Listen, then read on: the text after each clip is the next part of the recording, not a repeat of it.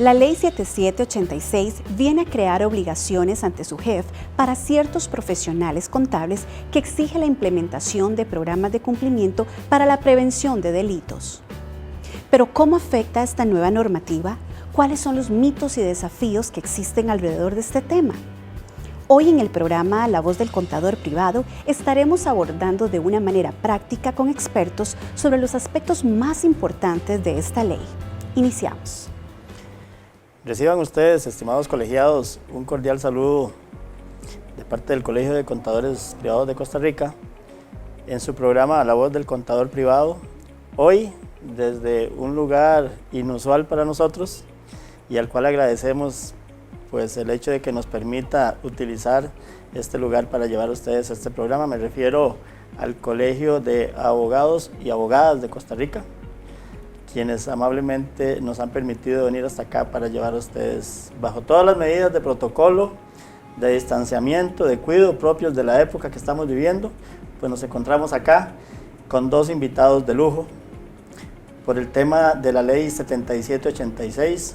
Recordarán ustedes que en el pasado mes del contador tuvimos una charla en este tema y es el mismo expositor de ese momento el que está hoy acompañándonos, pero hoy en compañía también de la licenciada Dayana Zúñiga Valverde. Ella es abogada empresarial y con un valor agregado también, que es la coordinadora de la Comisión de Cumplimiento Normativo de este colegio, del Colegio de Abogados y Abogadas.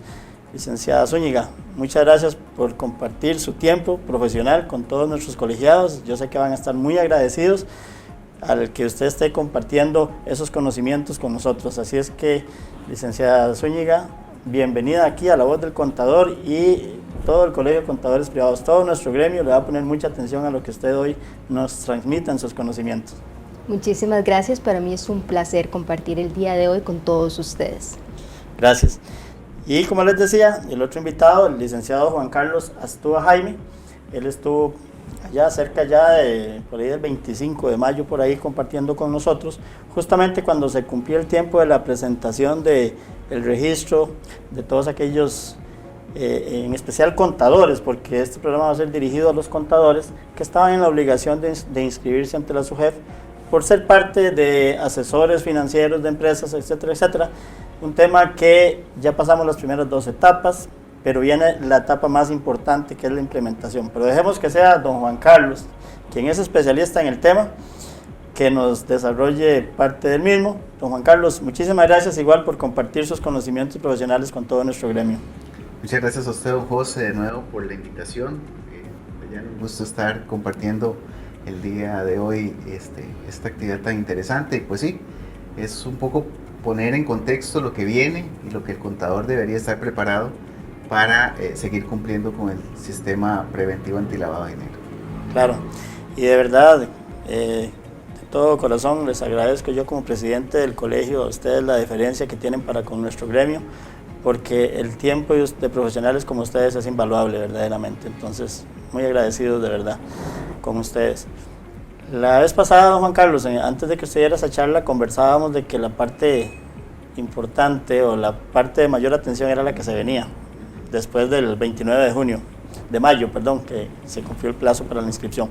Pero tal vez, don Juan Carlos, si nos da una pequeña reseña para todos nuestros oyentes de la parte meramente normativa, cómo es que nace, de dónde viene todo este tema, y entonces desarrollar primero esa parte de una forma muy resumida. Usted lo hizo en nuestro auditorio un poquito más abierto, pero tal vez aquí en una forma resumida. Y recordarle a nuestros colegiados que este programa llega gracias a las empresas Cyberful y Tecapro, quienes amablemente por muchos meses ya hacen posible que este programa llegue hasta todos ustedes. Don Juan Carlos, tal vez una pequeña reseña de cómo es que nace todo este tema de la Ley 7786. ¿Qué es lo que nos tiene aquí? Claro que sí.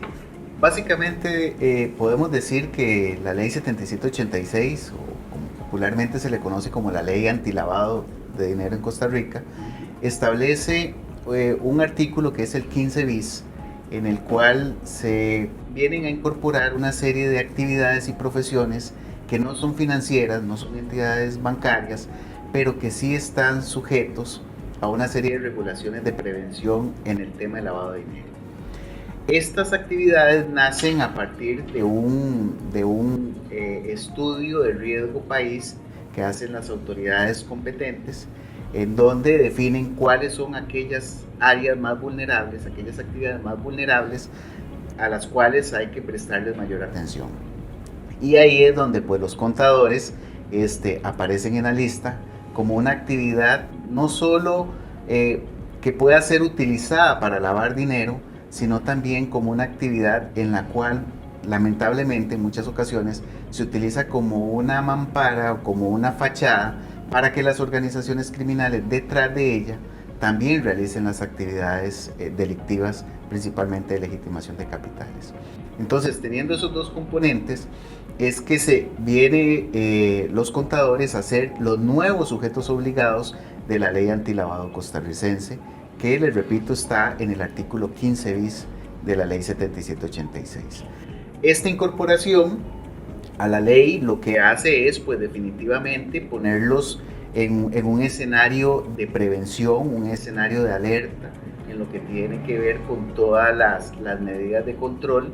Ahora que está tan de moda el tema de las medidas y de los controles, pues es básicamente eso. Ahora aquí estamos preveniendo que su actividad, que su profesión no sea utilizada por estas organizaciones criminales para lograr ese propósito que es el tratar de darle la apariencia lícita a bienes que provienen de una actividad criminal.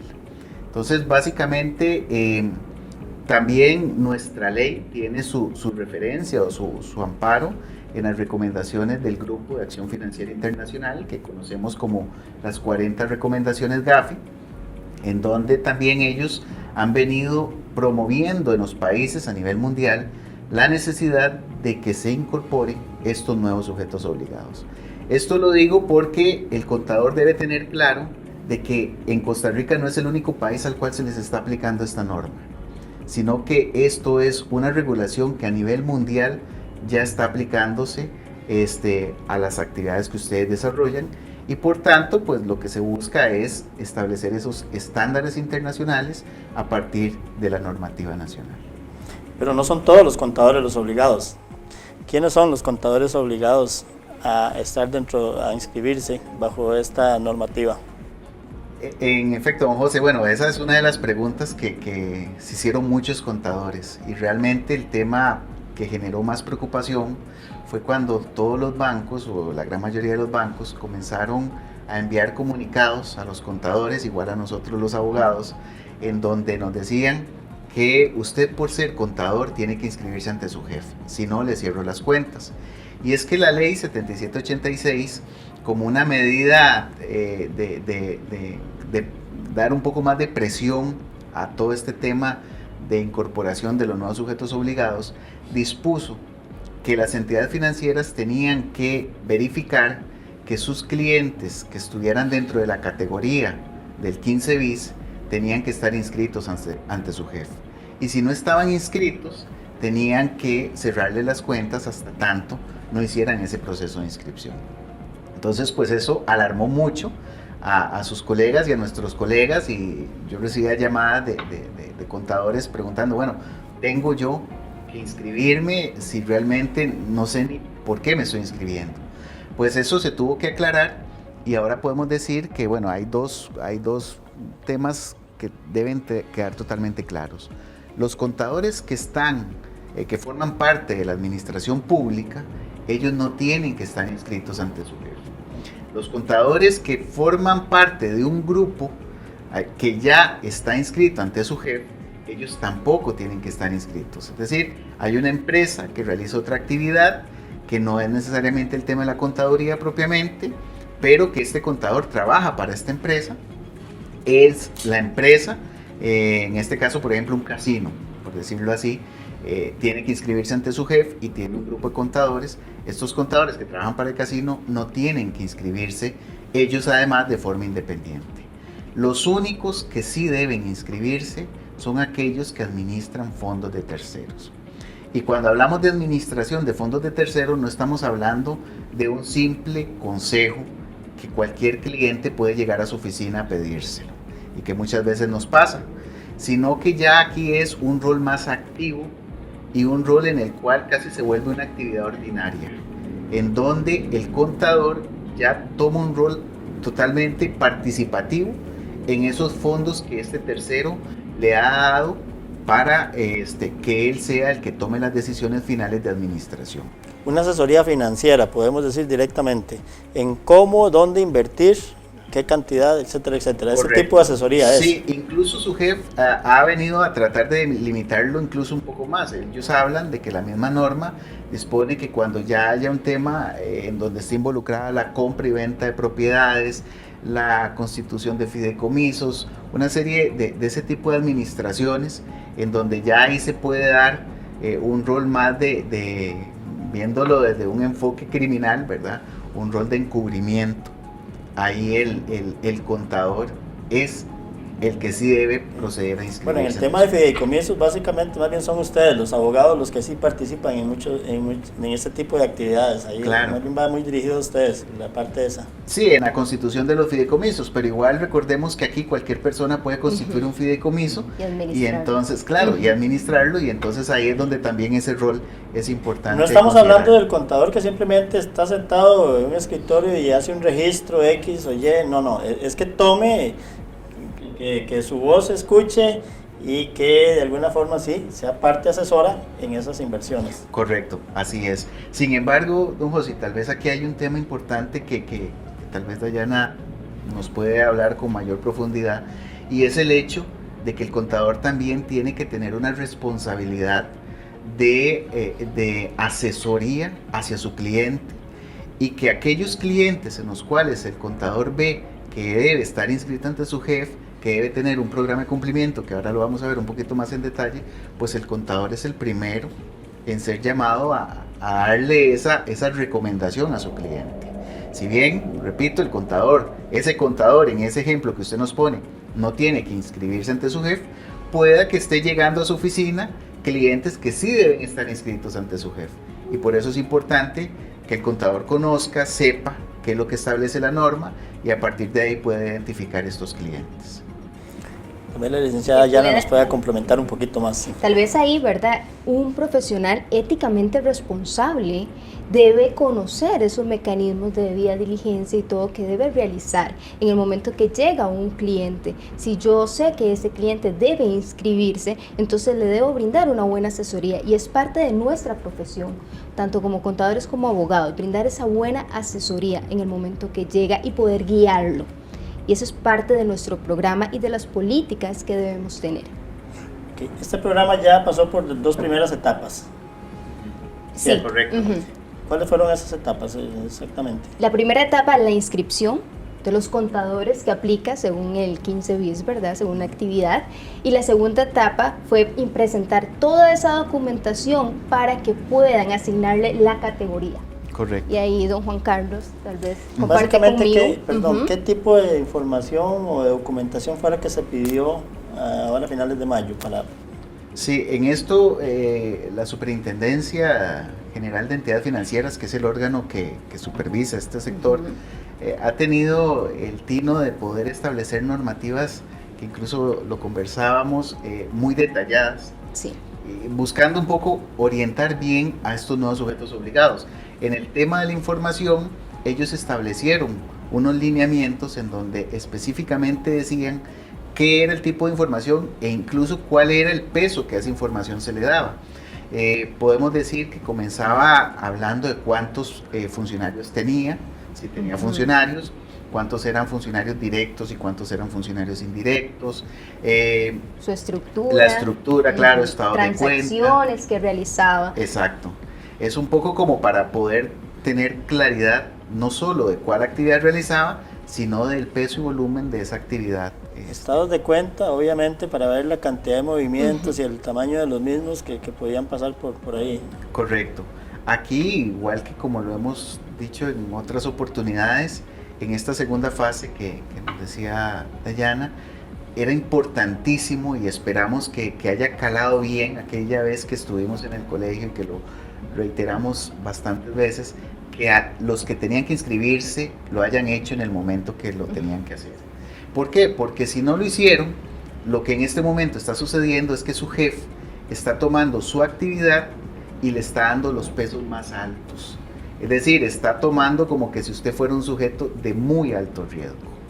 Y eso ahora vamos a ver que tiene ciertas implicaciones. Por decirlo así, lo castiga de alguna forma en ese sentido. Exacto. Lo califica como el de más riesgo. Como tipo 1. Okay. Pero vamos a ver, entonces aquí se nos viene una consulta. Voy a ponerme yo de ejemplo. Si yo al 29 de mayo no tenía que presentarlo porque no estaba en una situación que me obligara a hacerlo. Ajá. Pero hoy que estamos en junio, ya concluyendo, ¿qué pasa si ya a mí me parece un cliente o la situación me cambia y en donde ya yo tengo que sí estar registrado? Claro. Lo puedo hacer ahora, no hay ningún problema. Por supuesto. O sea, obviamente tendría que comenzar por el proceso de inscripción y una vez que ya esté inscrito, que haya pasado ese filtro ante su jefe y que su jefe le haya dado esa resolución de inscripción, proceder a presentar la información para que su jefe comience a catalogarlo. Esto pues va a pasar en cualquier actividad, ¿verdad? Tenemos personas desarrolladores inmobiliarios, que es otra de las actividades que están dentro de este artículo 15 bis, puede que hoy no sean desarrolladores inmobiliarios y no estén dedicados a la compra y venta de bienes inmuebles, y que pues por estos giros que está dando la pandemia nos lleve a tener que reestructurarnos un poco y nuestra actividad se vaya para una línea de inscripción. Entonces ahí, pues en el momento en el que usted ya vea que es un sujeto del artículo 15 bis, debe proceder a inscribirse en ese preciso momento. Es importante tal vez aclarar que toda esta información la pueden encontrar en el reglamento 1319, tal vez no hemos indicado, ahí viene el anexo, indica cuáles son todos los aspectos, sí, en la página de la SUGEF, ahí viene, indica todos los elementos que va a utilizar la SUGEF para poder asignar esa categoría. Entonces es importante que lo conozcan, y como hablábamos ahora, ¿verdad?, que este reglamento viene muy detallado. Le dice paso a paso qué es lo que debe seguir el contador, que es sujeto obligado, ¿verdad?, para cumplir. Y entonces, hablando de cumplimientos e incumplimientos, aquí en Costa Rica somos muy dados a preguntar, ¿y cuánto es la multa? Cuando sale algo nuevo, ¿cuánto es la multa como para valorar si corro o no corro a hacerlo, ¿verdad? Bueno, en este caso, el hecho de estar en esa obligación y no hacerla, ¿qué multas, no sé si administrativas o económicas trae? Bueno, la primera, que como les decía, es que si el banco en el cual usted tiene sus cuentas detecta que usted es un sujeto obligado, lo que debe proceder el banco es a cerrar las cuentas. ¿Y por qué el banco debe hacerlo? Porque si el banco no lo hace, el banco es el que se va a ver expuesto a una sanción por no cumplir con el sistema preventivo antilavado. El sistema preventivo antilavado, a los bancos le dicen, usted tiene que prestar atención a sus clientes y usted tiene que identificarme cuáles clientes son, artículo 15 bis, y a partir de ahí saber que estos clientes están debidamente inscritos. Entonces, esa es una de las afectaciones o sanciones que realmente puede impactar mucho en un profesional. Porque de la noche a la mañana que un banco le cierre las cuentas es bastante complicado, sobre todo en unos tiempos en los cuales definitivamente ya esperemos que la bancarización sea más amplia, ¿verdad? Entonces es uno de los elementos. El otro es, bueno, puedo verme expuesto en un proceso penal a una sanción de tipo penal por no haber realizado mi proceso de inscripción como sujeto obligado. Y aquí diríamos, bueno, ¿y por qué? Porque eventualmente usted se pudo facilitar su oficina para que un cliente pudiera realizar actividades de legitimación de capitales. Y cuando llegue el Ministerio Público o el organismo de investigación judicial a preguntarle, bueno, pero usted tenía un programa de prevención de lavado, usted estaba inscrito ante su jefe y había hecho los controles y aún así, lamentablemente, le burlaron los controles y su respuesta sea, no, yo no tengo nada, pues ahí puede haber una acción no necesariamente dolosa, sino una acción culposa, es decir, que es una acción negligente, una acción imprudente, que usted por no cumplir con lo que la norma le establecía, facilitó a una organización criminal a realizar actividades ilícitas. Y entonces eso le puede llevar sanciones de tipo penal. Las sanciones administrativas su jefe las puede incorporar, su jefe puede realizar un proceso administrativo en donde le aplica sanciones que va a depender de sanciones que van de acuerdo a salarios bases o también a la cuantía de la operación, de la transacción. Exacto, de la transacción, que realmente pueden ser muy significativas para un cliente. Bueno, aquí la más grave que le veo yo es la penal, porque Claro. cuando uno le dicen es penal, es cárcel también. Es cárcel, Sí. claro que sí. Es apremio. Exacto. Sí, claro, hay que tener muchísimo cuidado. Bueno, ahorita vamos al tema entonces de lo que es ya la implementación, que obviamente es muy importante. Entonces, si yo les preguntara a ustedes, bueno, que un contador se haga 2 o 3 preguntas para ver si califica o no califica para estar ahí con esa obligación. ¿Cuáles preguntas creen ustedes que debe hacerse un contador a ver si está o no está obligado? Básicamente, tal vez me parece a mí que una de las preguntas principales es: ¿administro yo los fondos de mi cliente? Esa es la pregunta clave. Y administro es que mi cliente me está diciendo no solo, mira, me aconsejas si este carro está bonito o está feo. No, es realmente que si yo con los fondos que tengo, conociendo realmente lo que mueve el cliente, puedo disponer de esos fondos para comprar bienes inmuebles, puedo disponer yo para constituir ciertas sociedades, mover fondos en otros, mover recursos en otros fondos de inversión, ese tipo de cuestiones en donde ya esa administración de terceros es muy activa. Ahí es la pregunta en donde yo tengo que decir, ¿realmente puedo ser un sujeto obligado?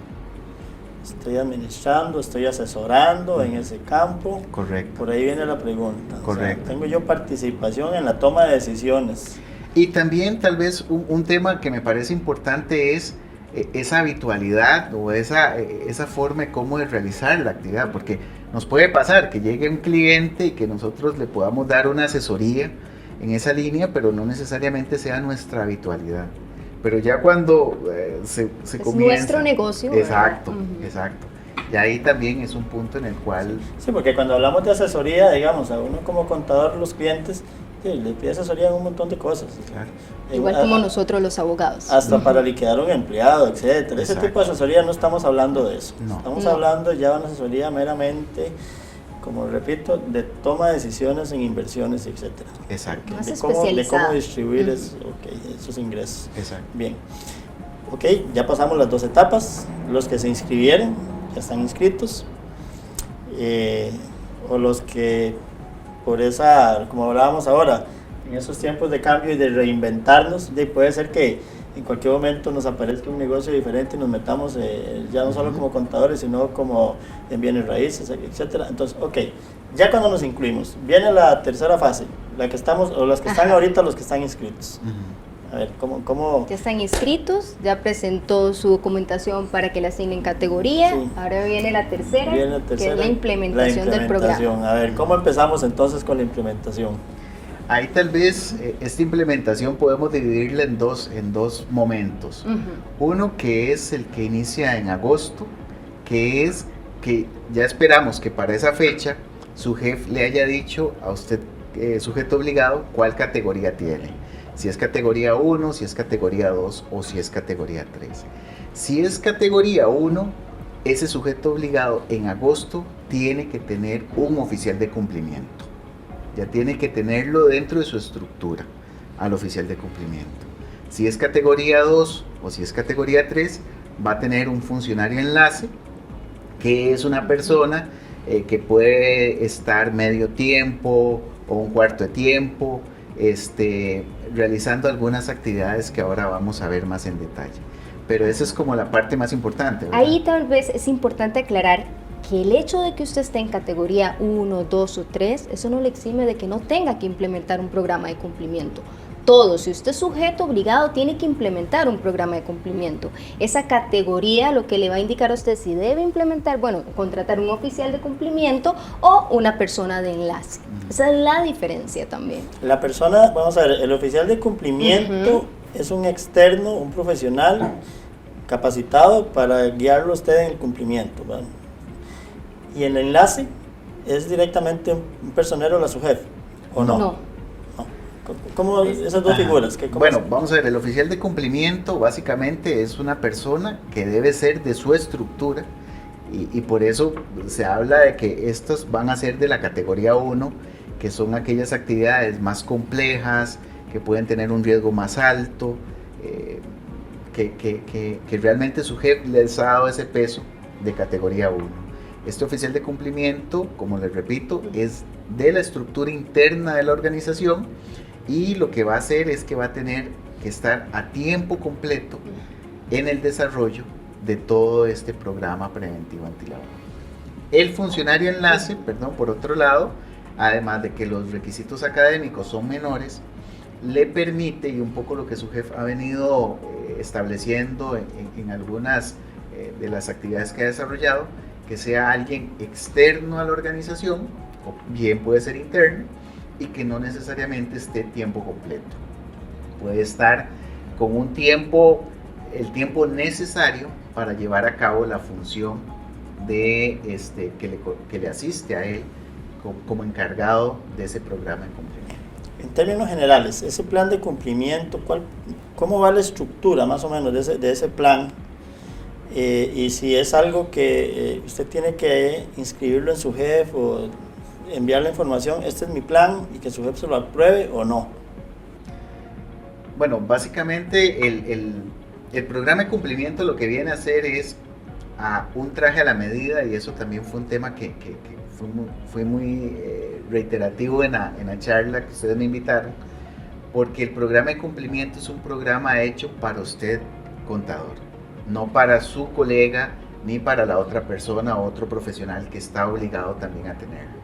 ¿Por qué? Porque el programa de cumplimiento lo que viene a hacer es a tratar de proteger o mitigar aquellos riesgos a los cuales usted puede estar expuesto por el tema de lavado de dinero. Entonces, obviamente va a tener una estructura, y ahora con muchísimo gusto vamos a ir viendo un poquito paso por paso cuáles son esos elementos claves que debe tener el programa de cumplimiento, pero lo más importante es que es su programa de cumplimiento. No es el programa que un colega me prestó porque era muy bonito, porque estaba muy completo, porque al final su jefe lo que va a hacer es que ellos van más adelante a hacer fiscalizaciones de los sujetos obligados. Y las preguntas que posiblemente su jefe haga en una fiscalización es: don José, ¿por qué usted establece estos controles de riesgos en su programa de cumplimiento? ¿Estos son los riesgos que usted tiene en su actividad? ¿Estos son realmente los riesgos que usted está afrontando, los que identificó? ¿O realmente son riesgos que ni siquiera se acercan a lo que usted está desarrollando? Sí, por eso es que uno no es igual al otro, claro, dependiendo de... Ajá. Pero si tiene el documento que hacerse llegar a su jefe o no, usted tiene que tenerlo para cuando ellos lleguen y lo pidan. Exacto. Cuando le haga la supervisión a él, le supervisa entonces el programa. Y perdón, tal vez don José, más que tenerlo para que cuando su jefe venga, es tenerlo para que usted lo pueda cumplir y evitar que sea utilizado para legitimar capital. Esa es una medida de autoprotección meramente. Autorregulación. Correcto. Ese es el programa de cumplimiento, autorregularse.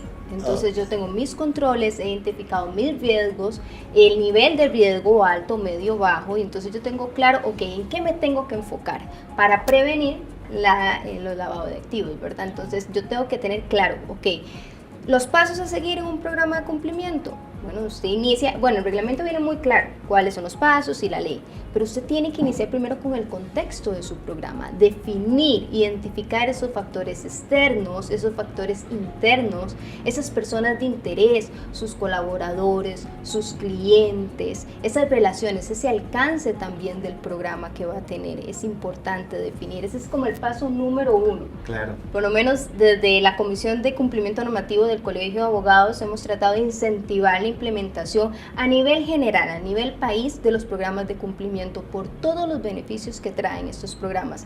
Como dice don Juan Carlos, no es solo cumplir y ya, tiene que ser parte del ADN de la organización, es parte de ser una organización o un profesional éticamente responsable. Entonces no es porque me lo exige una norma, no es algo que yo empresa soy éticamente responsable y quiero implementar un programa para poder cumplir con toda la normativa sin que me la exija, sino voluntariamente. Eso es lo que se espera de un programa de cumplimiento y ese es el fin, Claro. Al final de la ley, del ente regulador como la SUGEF, no solamente implemente los pasos y listo, ya con eso cumple y ya salí. No, eso no es el fin del programa de ser cumplimiento. vigilante de que se esté Vigilante, cumpliendo. es un compromiso, es apoyar al gobierno. ¿Por qué? Porque la ley por sí sola no es suficiente. Usted necesita apoyar, contribuir a la prevención de estos delitos como es el lavado de activos. Una vez más agradeciendo, bueno, tanto a la licenciada Dayana Zúñiga como a Juan Carlos, esos conocimientos que nos están transfiriendo a todo el gremio, igual al Colegio de Abogados y Abogadas de Costa Rica que nos permite desde esta locación emitir este programa, y obviamente las empresas Cyberfull y Tecapro con su patrocinio hacen posible que este programa llegue hasta todos ustedes. Muchas gracias Cyberfull, muchas gracias Tecapro. Señores, y podemos hablar un poquito de costos de un programa de cumplimiento. Sí, tenemos algunos datos en ese sentido. ¿Cuánto puede costarle? Digamos, si a mí me dijeron... Tal vez el dato... Usted es categoría 2, para ponerlo ahí como en el centro. Tenemos algunos números. Hay números. Eso, realmente, don José, le digo que eso es bastante complejo porque, claro, va a depender mucho. Vamos a ver, el programa, la palabra cumplimiento, y esto es siempre un chiste un poco malo, pero que se ha utilizado, es que dice que está compuesta por dos, que es cumplir y mentir, ¿verdad? Cumplimiento. En este caso no, en este caso lo que queremos es tener un programa que realmente cumpla con lo que su actividad desarrolla y cómo la prevenimos en el tema de lavado. Entonces, dependiendo de la complejidad de su actividad, pues así va a ser de complejo el programa que usted vaya a desarrollar. Un punto clave, estas normativas o estas regulaciones no vienen a tratar de limitar el desarrollo de ciertas actividades o profesiones. Es decir, muchos abogados me han dicho, igual contadores, no, es que lo que ustedes quieren con el artículo 15 o el legislador lo que quiso con el artículo 15 es más bien quitarnos el trabajo a nosotros. No es así. Lo que se establece con los programas de cumplimiento es usted asuma los riesgos, pero para asumir los riesgos de su profesión, conozca los riesgos. Y es ahí el punto clave. Si yo no conozco cuáles son mis debilidades, mis problemas, mis riesgos, no voy a saber cómo poder afrontarlos. Entonces, en cuanto a costos, que nosotros más le decimos en cuanto a inversión, porque realmente es una inversión, no un gasto. Tal vez permítame replantear un poquito la consulta. Bueno, ¿cuál es el costo de la inversión? ¿Y cuál es el perfil del profesional que me va a ayudar en eso? La persona de enlace. Sí, digamos, como le decía, ahorita para agosto se busca que los sujetos obligados tengan su oficial de cumplimiento o su funcionario de enlace. Porque si la norma al final establece otro transitorio que dice que de forma integral todas las obligaciones preventivas antilavado para estos nuevos sujetos obligados inician en diciembre, ¿por qué me están pidiendo en agosto tener alguien que tenga que trabajar ese tema? Pues definitivamente es por eso, porque en principio ese es la persona que debería comenzar a ir desarrollando estos programas. A implementar el programa, es la persona encargada del programa. En cuanto a requisitos y qué debe tener esa persona, ok, el oficial de cumplimiento, o tanto sea oficial de cumplimiento o persona de enlace, la autonomía es súper importante para poder realizar su función, la independencia, tiene que ser independiente, que le reporte directamente a la alta dirección, en ese caso sea el contador, o si es un despacho de contadores, a los socios, ¿verdad?, de ese despacho de contadores, esa persona que realmente tenga conocimientos en gestión de riesgos. ¿Por qué? Porque va a tener que identificar. Que conozcan gestión de riesgos, ese es el profesional idóneo. Si usted no tiene ese conocimiento, y obviamente la capacitación y formación en temas de lavado de activos y financiamiento al terrorismo, porque va a ser un programa específico de cumplimiento para la prevención del lavado de activos. Entonces, toda esa formación es la que tienen que identificar la persona que me va a brindar ese apoyo, ya sea oficial de cumplimiento o persona de enlace. Pero la gestión de riesgos es necesaria, porque ahí es ya yo tengo mi contexto, ya definí mi alcance, ahora voy con la identificación de los riesgos. Entonces, en la identificación de los riesgos, ahí es donde yo tengo esa persona, ese oficial de cumplimiento me va a ayudar a identificarlos. Con los otros personas, ya sea personal, clientes, proveedores, esa es la persona encargada que va a montar esa matriz, ese mapa de riesgos y va a colocar el nivel de cada uno. Y así ya yo implemento todas las políticas y todos los controles. Bueno, lamentablemente el tiempo corre muy rápido. Nos quedan aproximadamente 20 minutos de programa, pero entonces quisiera dedicar estos minutos básicamente en lo que es propiamente el programa ya de cumplimiento. A ver, ¿cómo nos pueden ustedes ilustrar en esto? Ahí lo que podríamos decir, este programa de cumplimiento, lo primero que tiene que identificar es cuáles son mis actividades. Y después conocer cuáles son esos riesgos que puedo estar exponiendo en mi actividad. Ese es como el mapeo o el diagnóstico que ustedes deben hacer en sus oficinas. Sentarse con total transparencia, y eso es casi como un confesionario, sí, ¿verdad? Y decir, bueno, esto es lo que yo hago. Esto lo voy a continuar haciendo o no lo voy a continuar haciendo, porque ese es otro punto. Sí.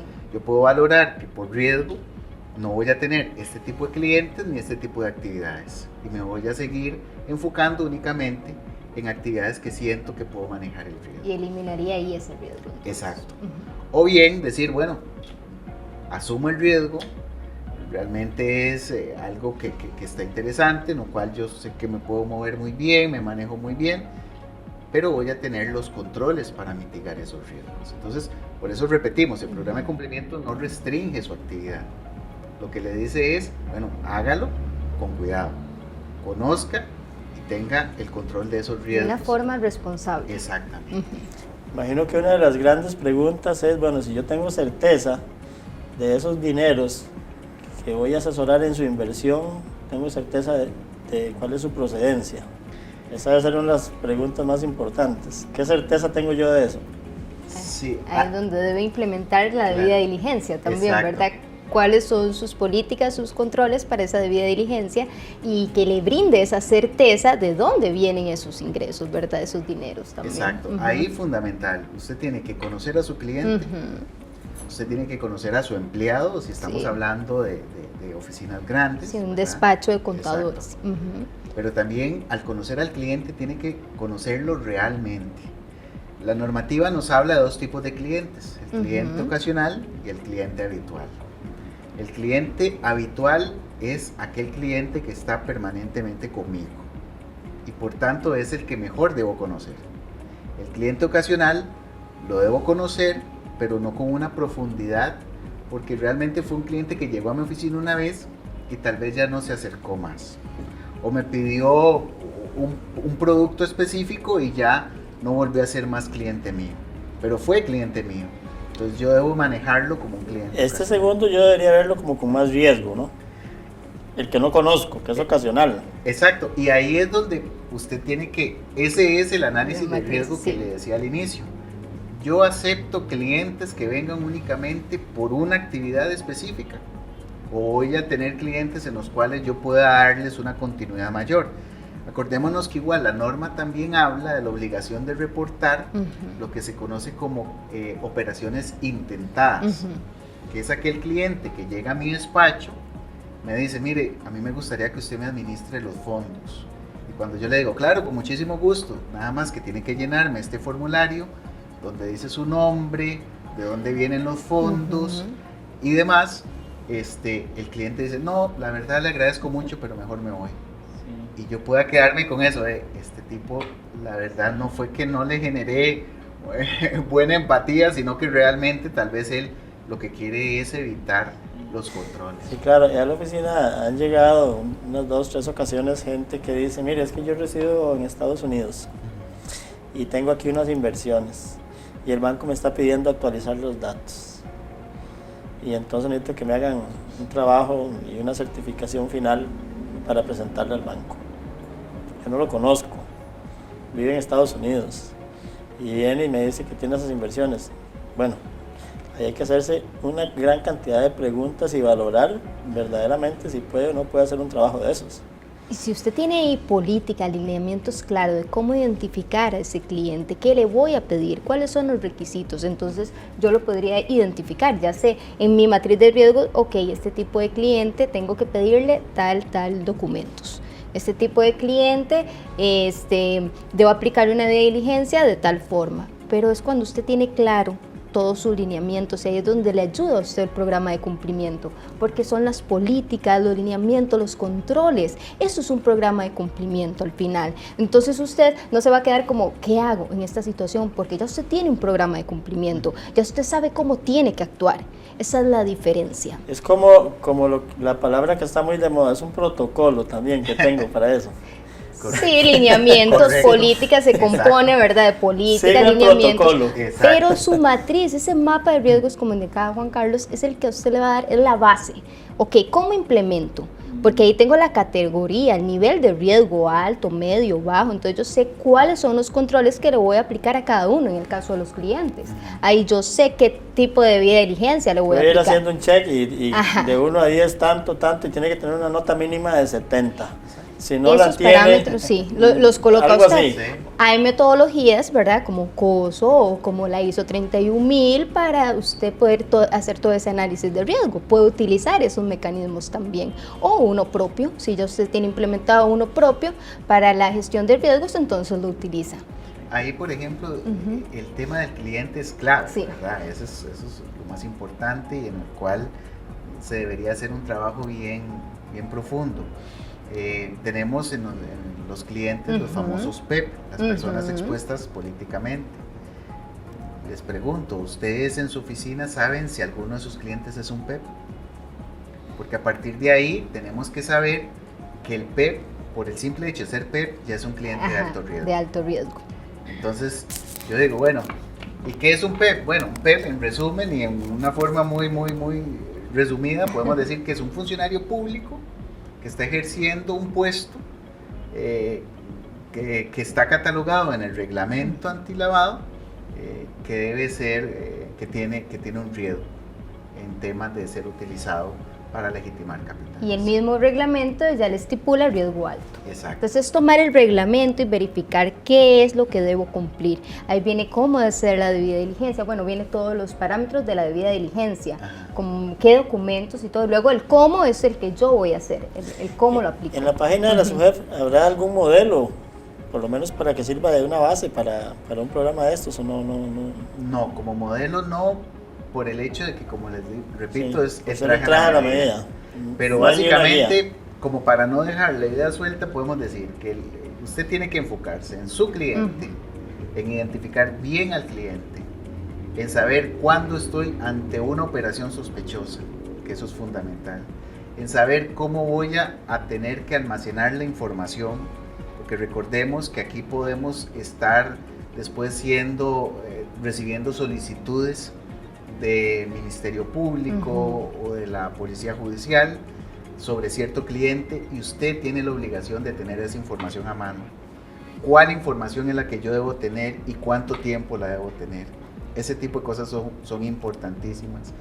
El tema de la capacitación, usted como contador debe estar capacitándose y debe ser una capacitación que esté acreditada, es decir, no simplemente yo escuché esta entrevista y ya me capacité, sino que realmente debo estar bien formado en el tema, si tengo empleados.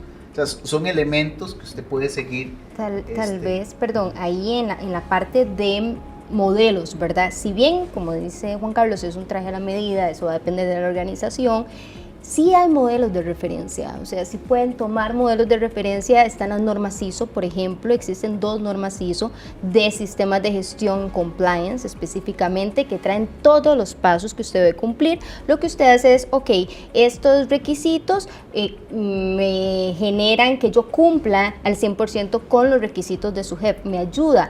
Hay buenas prácticas internacionales de modelos de compliance para pymes también y los puedo utilizar de referencia, ¿verdad? No es que lo voy a copiar, como dijo Juan Carlos, no lo voy a copiar, porque cada organización es distinta, pero me sirven de referencia para aplicar y son estándares que ya son reconocidos a nivel mundial, entonces que los puedo utilizar como referencia para aplicar mi programa de cumplimiento. Perfecto. Don Juan Carlos, usted dijo, lo que antes se había comentado, dijo algo clave y que los contadores nos fijamos mucho en eso. ¿Cuánto tiempo tengo que tener esa documentación? ¿Verdad? Nosotros manejamos mucho eso en la parte de normativa tributaria. Bueno, ¿cuánto es el tiempo que yo debo guardar ese tipo de documentación? Claro, la norma establece que hay que diferenciar la documentación. Cuando la documentación es sobre temas operativos de la actividad propiamente, usted tiene que conservar esa información incluso por el tiempo que permanezca ese cliente con usted. Incluso hasta se da un margen de 5 años, si mal no recuerdo, una vez finalizada la relación con este cliente. Es decir, el hecho de que mi cliente me diga, bueno, ya no voy a continuar, te agradezco mucho por los servicios, no me da a mí la posibilidad de agarrar esos papeles y desaparecerlos o guardarlos en algún lugar en donde después no sepan dónde están, sino que necesito conservarlos. Sí es importante aclarar que ahora se permite lo que es la conservación electrónica, ¿verdad? Pues obviamente el expediente digital. Vamos a tener ese montón de cajas ahí que después al final incluso se pueden destruir. Pero sí es fundamental. Sí, o que se meta el agua y se mojen y desaparezcan. Además, claro. Licenciado, usted hace un rato me decía que hay estos programas para pymes. Sí, hay buenas prácticas internacionales. Por ejemplo, la World Compliance tiene un programa para pymes donde vienen todos los pasos de un programa que debe cumplir una pyme para un programa de cumplimiento. Lo que deben tomar es ese programa con los requisitos que hay en el reglamento y verificar, hacer como una lista de chequeo si todo el programa que tiene para pymes, buena práctica internacional, cumple con lo que me solicita su jefe. Pero me puede servir de referencia perfectamente. ¿Por qué? Porque ya varios profesionales se han unido de diferentes países para hacer este lineamiento. Entonces, con este estándar, entonces yo puedo aplicar, me sirve de referencia. Eso sí, muy claro, ¿verdad? De referencia, no es que agarro, copio y pego y ya, y listo, porque no funciona. Se puede tener un programa en papel muy bonito y no sirve, ¿verdad? Entonces sí es importante, pero sí me ayuda para guiarme. ¿Cómo debo hacerlo? El personal, no sé, la persona de enlace, el oficial de cumplimiento, ok, ¿qué pasos debo seguir? Ahí me indica cada uno. Igual el reglamento es muy claro también, ¿qué pasos debo seguir? Lo que hago es unir ambos. Sí. Ahí tal vez el tema es que al final el programa tiene que tener esa forma de cómo abordar el riesgo. Entonces, difícilmente puede haber una receta en donde se le diga, bueno, ante este riesgo usted va a poder atenderlo de esta forma, de esta forma, de esta forma. Son simples marcos de referencia ustedes que ahí, le ayudan. Claro, ustedes. Sí, porque cualquier programa o plan estratégico, este tipo de cosas, si no se le da un seguimiento, un control, no va a servir de nada. Por mejor plan que sea, seguimiento y monitoreo es lo más importante del no va a programa. servir de nada. Claro. Así sea que haya contratado al mejor profesional para que lo haga. Si usted no lo cumple y no le da seguimiento, de nada sirvió, ¿verdad? Se archivó el dinero ahí. Exacto. Sí. Teníamos algo de la ley 8699 también que usted... La 9699. 9699. Bueno, esta es una ley que empezó a regir desde el año pasado, desde el 10 de junio del 2019. Fue una recomendación, un requisito para ingresar a la OCDE y es la ley de responsabilidad penal de las personas jurídicas. Entonces esto le aplica a los despachos de contadores que tengan personería jurídica.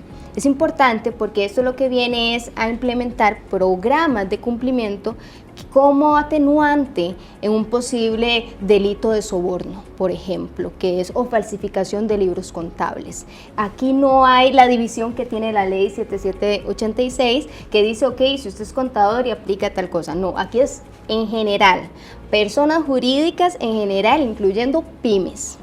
Y ahí le indica, usted tiene que cumplir su programa de cumplimiento.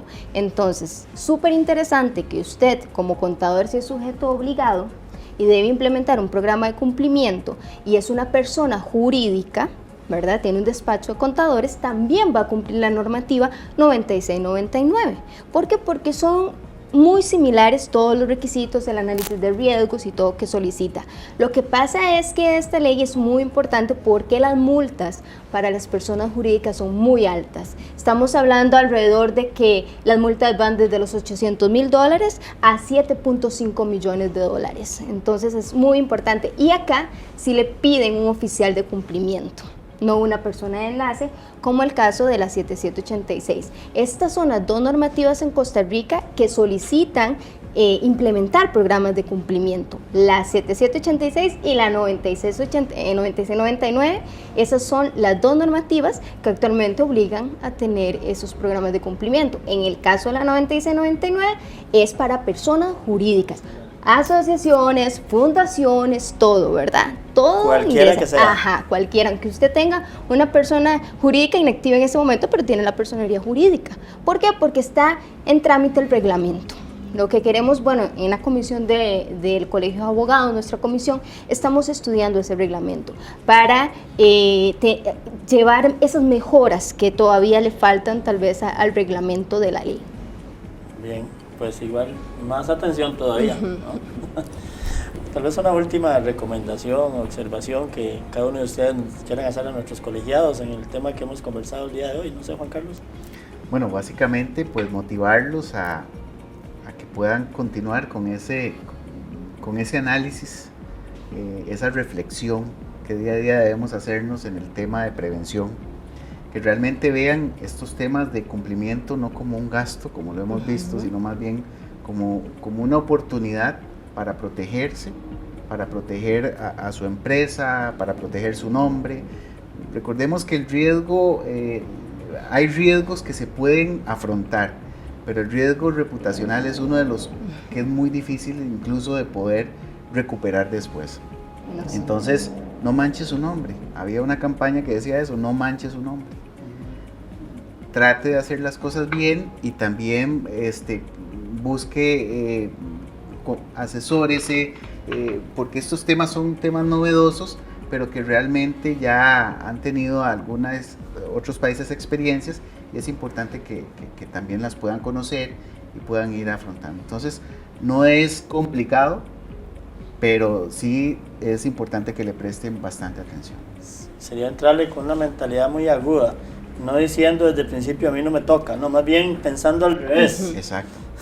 A mí me toca, pero bueno, voy a ver. Exacto. Si no, como agarrarlo por ese lado, más bien, como sentirse obligado en principio.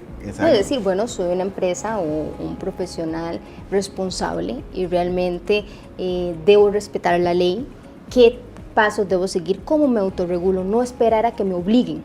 No esperar a que el gobierno emita normativas que obliguen y estas multas exageradas, no, sino a lo interno decir, no, yo como organización o como profesional voy a implementar estas buenas prácticas voluntariamente. ¿Por qué? Porque me van a traer muchos beneficios. Además, ahora con el ingreso a la OCDE de Costa Rica, el compliance, que es cumplimiento, ¿verdad? Conocido a nivel internacional como compliance, es primordial, es súper importante con el ingreso a la OCDE en Costa Rica, porque ahora entonces van a venir más normativas, buenas prácticas para implementar compliance en las organizaciones. Sí, y que no creamos que esto es solo en Costa Rica, esto es a nivel mundial. A nivel mundial. Exacto. O sea, no es que nos agarraron entre ojos, no, es que eso es a nivel mundial. Exacto. Y como hace muchos años en una charla yo escuchaba de un puertorriqueño, creo que decía, cuando empezaba todo lo del comercio electrónico y todo esto decía, es que hay que ir con la corriente, no hay que ir contra la corriente. Exacto. Y la corriente es esa. Claro. Tenemos que ir ahí, ¿cierto? Así es, correcto. Bueno, no sé si alguna cosita o no. Muchas gracias por toda la invitación y por el espacio. Más bien agradecer a Cyberpool, agradecer a Tecapro su patrocinio de este programa y muy en especial a nuestros dos invitados del día de hoy, quienes pues muy amablemente todos esos conocimientos los han trasladado a nuestro gremio contable. Y por supuesto el Colegio de Abogados y Abogadas de Costa Rica que nos permitió hoy estar acá y llegar hasta todos ustedes. Muchísimas gracias y hasta la próxima oportunidad que tengamos. Muchas gracias. Hasta luego.